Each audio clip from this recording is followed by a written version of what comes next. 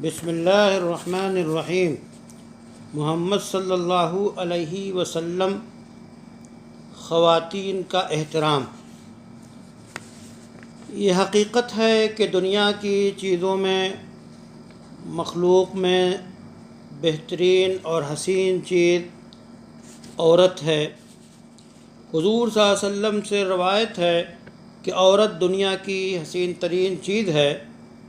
آپ صلی اللہ علیہ وسلم نے فرمایا، الدنیا متاع وخیر متاع الدنیا المرأة الصالحہ۔ دنیا فائدہ اٹھانے کی چیز ہے اور دنیا کی بہترین چیز اچھی نیک عورت ہے۔ دنیا کی 4 خوش نصیبی میں سے ایک عورت ہے۔ آپ صلی اللہ علیہ وسلم نے فرمایا، 4 من السعادہ، المرأة الصالحہ والمسکن الواسع والجار الصالح والمرکب الہنی۔ ابن حبان۔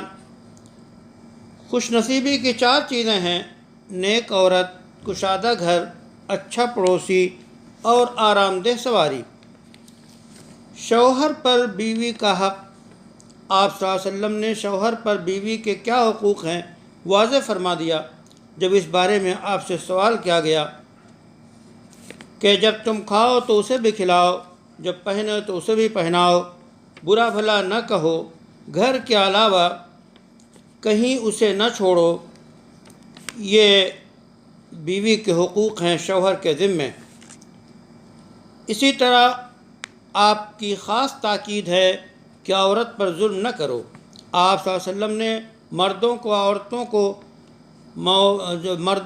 عورتوں کو ظلم کا نشانہ بنانے سے روکا اور باہمی اختلاف کے موقع پر عورت کی اچھی باتیں اور خوبیاں یاد کرنے کی تاکید فرمائی، اور فرما دیا، کوئی مسلمان مرد کسی مسلمان عورت سے متنفر نہ ہو۔ اگر اس کی کوئی عادت اور خصلت بری لگتی ہے تو اس کی دوسری عادت اور خصلت اس کو پسند ہوگی۔ بیوی کے ساتھ بہتر جو ہو وہ سب سے بہتر۔ آپ صلی اللہ علیہ وسلم نے مردوں کے بارے میں فرمایا، جو بیویوں کے ساتھ بہتر برتاؤ کرے، اچھے اخلاق سے پیش آئے، وہ بہترین مرد ہے۔ اور فرمایا، اکمل المؤمنین ایمانا احسنهم خلقا وخیارکم خیارکم لنسائہم۔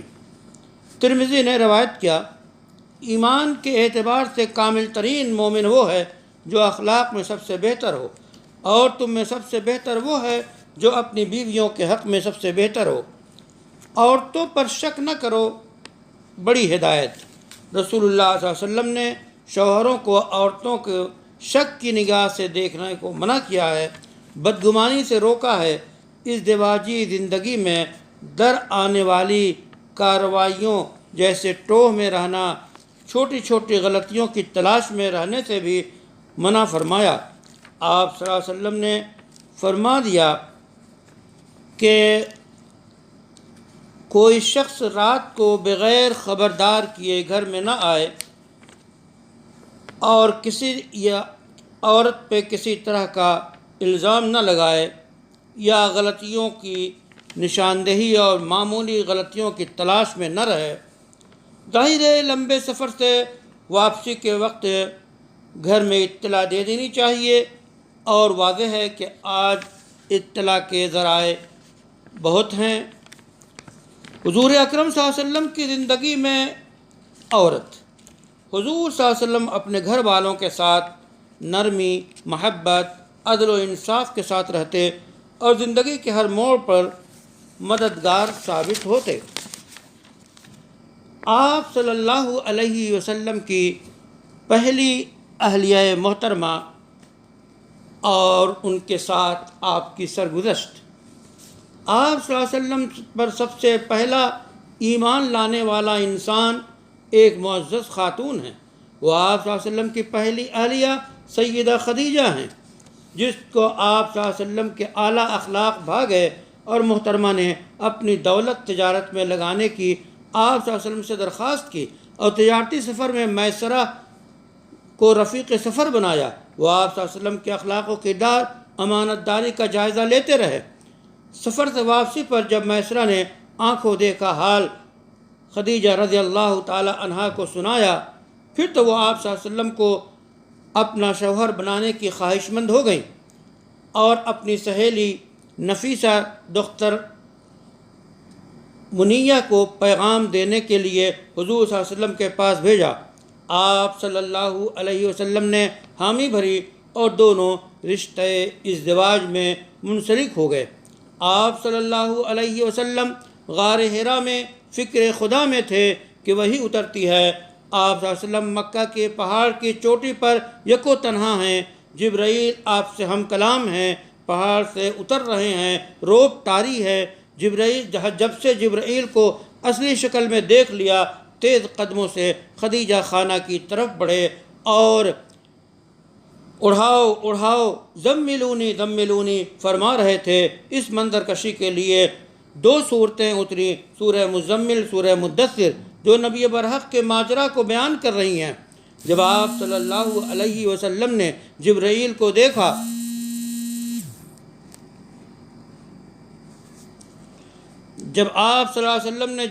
کو دیکھا اور لرزاں خدیجہ منزل گئے، فرمایا مجھے اڑھاؤ۔ پہلی صورت میں یا ایھا المزمل قم اللیل الا قلیلا، دوسری صورت میں یا ایھا المدثر قم فانذر وربک فکبر۔ اس نازک گھڑی اور کڑی صورتحال میں سیدہ خدیجہ نے کیا خوب طریقہ اپنایا اور آپ صلی اللہ علیہ وسلم کی مدد دل جوئی کے لیے آپ صلی اللہ علیہ وسلم کے ساتھ کھڑی ہو گئیں۔ اب اس منظر کو امام بخاری نے نقل کیا ہے، فرجع بها ترجف بوادره حتى دخل على خدیجہ فقال زملونی زملونی فزملوه حتى ذهب عنه الروع۔ اس حال میں غار حرا سے واپس ہوئے کہ آپ صلی اللہ علیہ وسلم کا دل اس انوکھے واقعہ سے کانپ رہا تھا۔ آپ صلی اللہ علیہ وسلم نے خدیجہ کے ہاں تشریف لائے اور فرمایا مجھے کمبل اڑھا دو، مجھے اڑھا دو۔ اڑھا دیا گیا۔ جب ڈر جاتا رہا تو آپ صلی اللہ علیہ وسلم نے خدیجہ کو واقعہ سنایا اور فرمانے لگے مجھے جان کا خطرہ ہے۔ خدیجہ نے ڈھارس بنائی، آپ سچ بولتے ہیں، بے کسوں کا بوجھ اپنے سر پر رکھتے ہیں، مہمان نوازی کرتے ہیں، آپ کو اللہ تعالیٰ ضائع نہیں کرے گا، آپ کنبہ پرور بھی ہیں۔ پھر آپ کو نوفل کے ہاں لے گئیں جو جاہلی دور میں عیسائی ہو گئے تھے۔ انہوں نے آپ صلی اللہ علیہ وسلم کو چاہا، مال و دولت ہر طرح کی الفت آپ صلی اللہ علیہ وسلم کے امور میں بھرپور شریک رہیں۔ پھر آپ صلی اللہ علیہ وسلم کی خوبصورت خوبیاں ذکر کرتے وقت آپ صلی اللہ علیہ وسلم معنوی اقدار کو ثریا تک پہنچا دیا اور آپ صلی اللہ علیہ وسلم کے دل میں یہ بات پیوست کر دی کہ جو ان خوبیوں سے آراستہ ہوتا ہے اللہ اسے ہرگز رسوا نہ فرمائے گا۔ یہ وہ خوبیاں تھیں جو ام المومنین خدیجہ رضی اللہ تعالی عنہا نے رسول اللہ صلی اللہ علیہ وسلم کے اندر موجود تھیں، ان کو آپ کے سامنے بیان کیا۔ جو ان خوبیوں کا مالک ہو اسے اللہ ضائع نہیں کرتا۔ پھر وہ اس وقت کہ عالم برحق کے ہاں لے گئیں تاکہ رازہائے سربستہ سے پردہ اٹھے۔ پھر جب ان کو یقین ہو گیا کہ آپ صلی اللہ علیہ وسلم نبی برحق ہیں تو سر تسلیم خم کر دیا اور ایمان لائیں۔ آپ صلی اللہ علیہ وسلم نے انہیں عزیز رکھا، محبت و الفت کرتے رہے، حتیٰ کہ مرنے کے بعد بھی انہیں محبت سے یاد فرماتے۔ آپ صلی اللہ علیہ وسلم کو قطعاً گوارا نہ تھا کہ کوئی ان کا تذکرہ برے الفاظ سے کرے۔ ان کی وفات کے بعد ان کی سہیلیوں کے گھر کھانے پینے کی چیزیں بطور تحفہ بھیجتے تاکہ مرنے کے بعد بھی وفاداری جاری رہے۔ آپ صلی اللہ علیہ وسلم کی مختلف حرم رہی ہیں، اس میں آخری جو حرم ہیں آپ کی سب سے کم عمر سیدہ عائشہ رضی اللہ تعالی عنہا۔ آپ سرور کائنات کو انتہائی محبوب تھیں۔ آپ پیغمبرانہ ذمہ داریوں اور سماجی مشغولیتوں کے باوجود محترمہ کے لیے وقت نکالتے، عائشہ سے نرم و شیریں گفتگو فرماتے، خوش مزاجی ہنسی مذاق کے ذریعہ اظہار محبت کرتے، دل لگی و خوش عملی سے چاہت ان میں رچ بس دیتے، اور آپ صلی اللہ علیہ وسلم کے بارے میں فدویانہ انداز میں بتاتی ہیں، میں نسوانی عذر کی حالت میں ہوتی اور دانتوں سے نوچ کر ہڈی دار گوشت کھاتے ہوئے آپ صلی اللہ علیہ وسلم کی طرف بڑھا دیتی تو آپ وہیں سے کھانا شروع کرتے جہاں سے میں کھا رہی ہوتی۔ میں پانی یا شربت پیتی، آپ صلی اللہ علیہ وسلم کو دیتی تو میں جہاں سے پی رہی ہوتی آپ وہیں سے نوش فرماتے۔ ابو داؤد میں یہ حدیث موجود ہے۔ آپ صلی اللہ علیہ وسلم آپ صلی اللہ علیہ وسلم کی محترمہ عائشہ رضی اللہ تعالیٰ عنہ کہتی ہیں کہ آپ صلی اللہ علیہ وسلم مجھے یا عائش کہہ کر پکارتے، اور فرمایا جبرائیل تشریف لائے ہیں، سلام پیش فرما رہے ہیں۔ میں نے کہتی وعلیہ السلام ورحمۃ اللہ وبرکاتہ سے جواب دیا۔ بخاری میں یہ روایت موجود ہے۔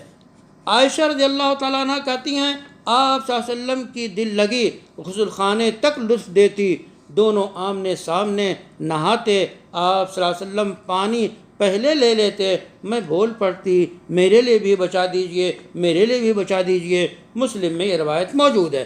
آپ صلی اللہ علیہ وسلم سفر میں ہوتے، عائشہ کے ساتھ دوڑ لگاتے، جب وہ کم عمر دبلی پتلی تھیں تو ایک بار دوڑ کے مقابلے میں وہ آگے بڑھ گئیں۔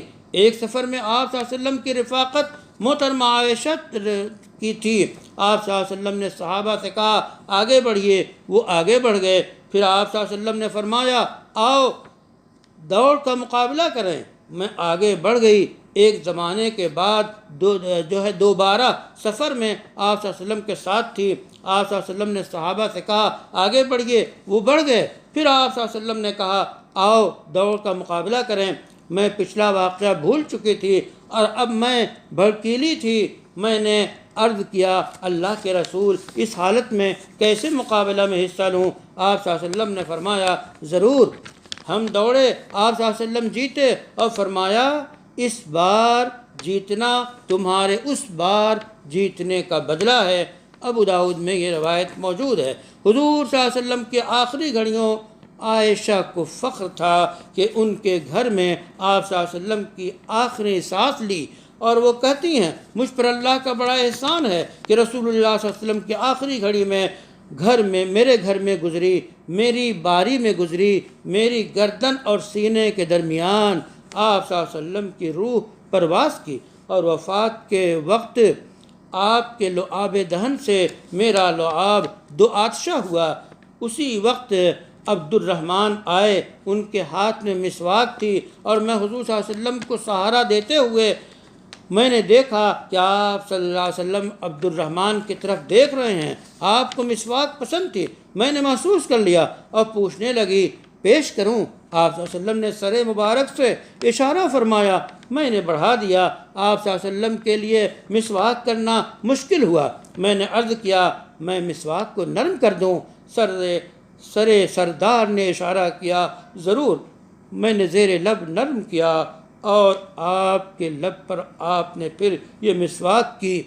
رسول اللہ صلی اللہ علیہ وسلم کی زندگی میں عورتوں کے ساتھ بیوی، بہن اور بیٹی کی حیثیت سے بڑے دلچسپ، خوبصورت، سبق آموز واقعات و مناظر کا مرقع موجود ہے، جن کا تذکرہ آئندہ قسطوں میں آئے گا۔ صلی اللہ علی النبی الکریم وعلی آلہ اجمعین۔